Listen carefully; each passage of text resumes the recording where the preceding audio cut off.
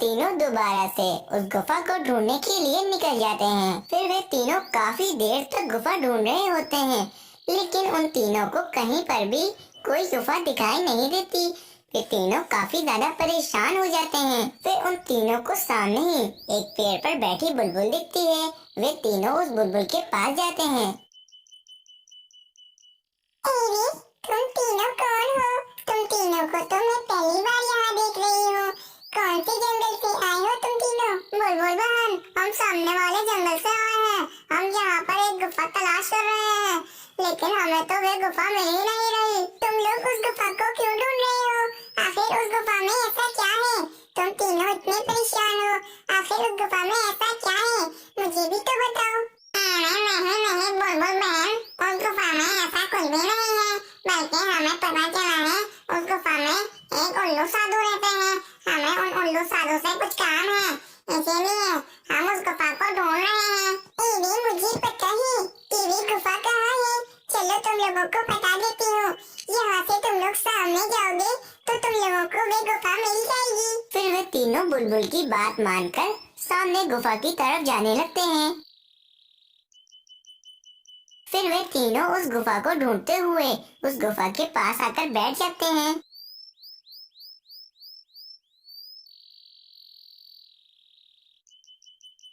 अरे बबलू कौवे तोते, ये तो वही गुफा लगती है जो उस नक्शे में बनी हुई थी। चलो इस गुफा के अंदर जाते हैं। हाँ चलो चलो इस गुफा के अंदर जाते हैं। कालू कौवे, मैं एक बात सिर्फ तुम्हें बता देता हूँ कि इस गुफा में हमें जितना भी भोजन मिलेगा हम उसके 3 हिस्से करेंगे और आपस में बांट देंगे। हाँ तोते, तुम ये बात मुझे कितनी बार बताओगे? मुझे पता है कि इस गुफा में हमें जितना भी भोजन मिलेगा हम उसके 3 हिस्से कर आपस में बांट लेंगे। फिर इतना कहकर वे तीनों उस गुफा के अंदर चले जाते हैं।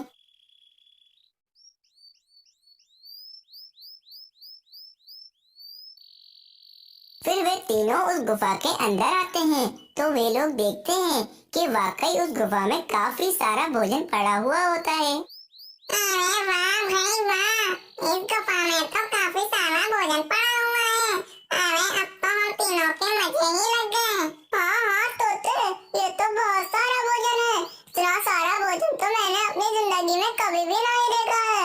अरे चलो फिर देरी किस बात की है, हम लोग इस सारे भोजन के 3 हिस्से कर लेते हैं और आपस में बांट लेते हैं। अरे बबलू कौवे, थोड़ा धीरज रखो। अभी तो हम इतनी मुश्किलों से इस गुफा को ढूंढते आए हैं। चलो थोड़ा आराम कर लेते हैं, वैसे भी रात भी होने ही वाली है। कल सुबह होते ही हम इस सारे भोजन के 3 हिस्से कर लेंगे और आपस में बांट लेंगे और फिर अपने जंगल की तरफ चले जाएंगे। हाँ ये ठीक रहेगा। अरे मुझे तो बहुत जोर से प्यास लग रही है। तुम दोनों यहीं पर बैठो, मैं कहीं से पानी पी कर आता हूँ। फिर वे तोता पानी पीने चला जाता है। फिर वह तोता पानी पीने के लिए एक तालाब के पास आता है तो वह देखता है कि तालाब के पास एक उल्लू तड़प रहा होता है और वह बहुत जोर से चीख भी रहा होता है। अरे उल्लू, क्या हो गया तुम्हें? तुम ऐसे क्यों तड़प रहे हो? तुम्हें क्या हुआ है? तोते, ये फूल जहरीले हैं और मैंने इनको खा लिए हैं। अब मैं नहीं बच पाऊंगा। इतना कहकर वह उल्लू मर जाता है और ये सब कुछ देखकर तोता हैरान हो जाता है। अरे ये फूल इतने जहरीले हैं, क्या ये उल्लू ने इन फूलों को खा लिया और ये उल्लू फौरन ही मर गया? वहीं कालू कौवा और बबलू कौवा भी बातें कर रहे होते हैं। अरे बबलू कौवे, मेरे दिमाग में एक योजना आ रही है। ये सारा भोजन हम दोनों का हो सकता है अगर हम उस तोते को मार डालें। हम दोनों उस तोते को मार डालते हैं और उसका भी सारा भोजन हम अपने हिस्से में आधा आधा बांट लेंगे। हाँ कालू कौवे, ये तुमने बिल्कुल ठीक कहा है। हम लोग उस तोते को मार डालते हैं और उसका हिस्सा भी हम दोनों आपस में बांट लेंगे। वहीं वे जहरीले फूल देखकर तोते के दिमाग में एक योजना आती है। अगर मैं कालू कौवे और बबलू कौवे को मार डालूं तो मैं सारा भोजन मेरे अकेले का हो सकता है और फिर मैं जीवन भर उस भोजन को बैठकर आराम से खा सकता हूँ। एक काम करता हूँ, फूल तोड़कर इस तालाब में डाल देता हूँ। फिर इस तालाब का पानी भी जहरीला हो जाएगा।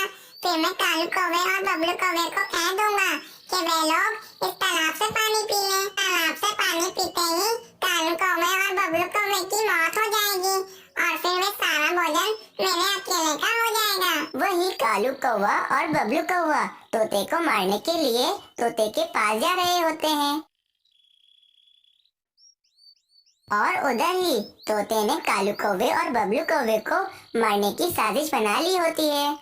फिर थोड़ी देर में बबलू कौवा और कालू कौवा उस तालाब के पास आ जाते हैं और वे दोनों आते ही उस तोते पर हमला कर देते हैं और अपनी चोंचों से उस तोते को मारने लगते हैं।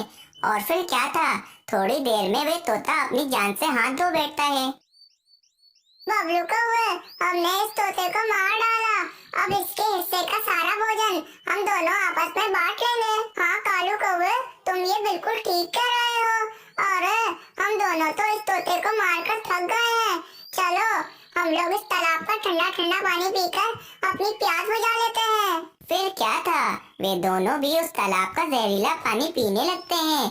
पानी पीने के बाद थोड़ी देर के बाद वे दोनों अपनी जान से हाथ धो बैठते हैं। फिर वे तोता, कालू कौवा और बबलू कौवा वे तीनों अपनी जान से हाथ धो बैठते हैं और वे भोजन उधर का उधर ही पड़ा हुआ होता है। उधर टूनी चिड़िया के पास एक कबूतर आता है और वे कबूतर टूनी चिड़िया से कहता है, अरे टूनी चिड़िया, मैं तुम्हें क्या बताऊं, मेरे साथ एक बहुत ही बड़ा बंड हो गया है।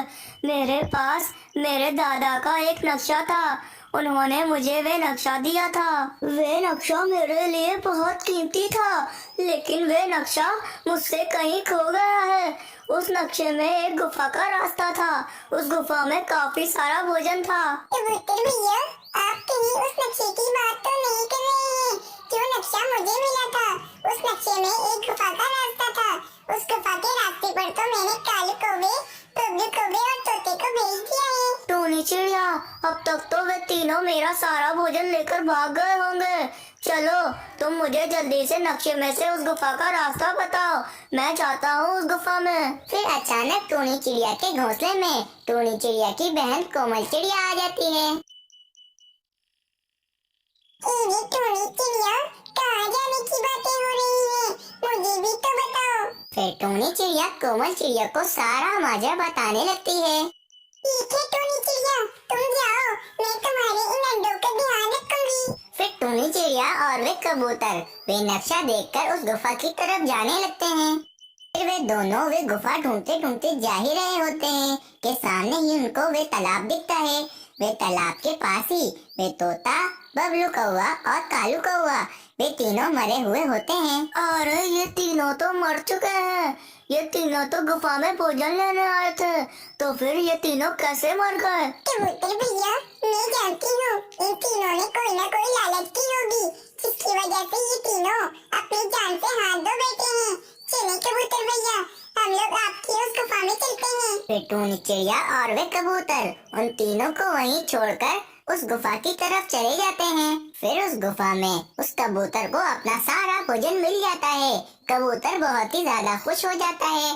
खुशी के तौर पर वे कबूतर टूनी चिड़िया को भी थोड़ा बहुत भोजन दे देता है। इस कहानी से हमें ये सीख मिलती है कि हमें कभी भी लालच नहीं करनी चाहिए, क्योंकि लालच का अंजाम बहुत ही बुरा होता है।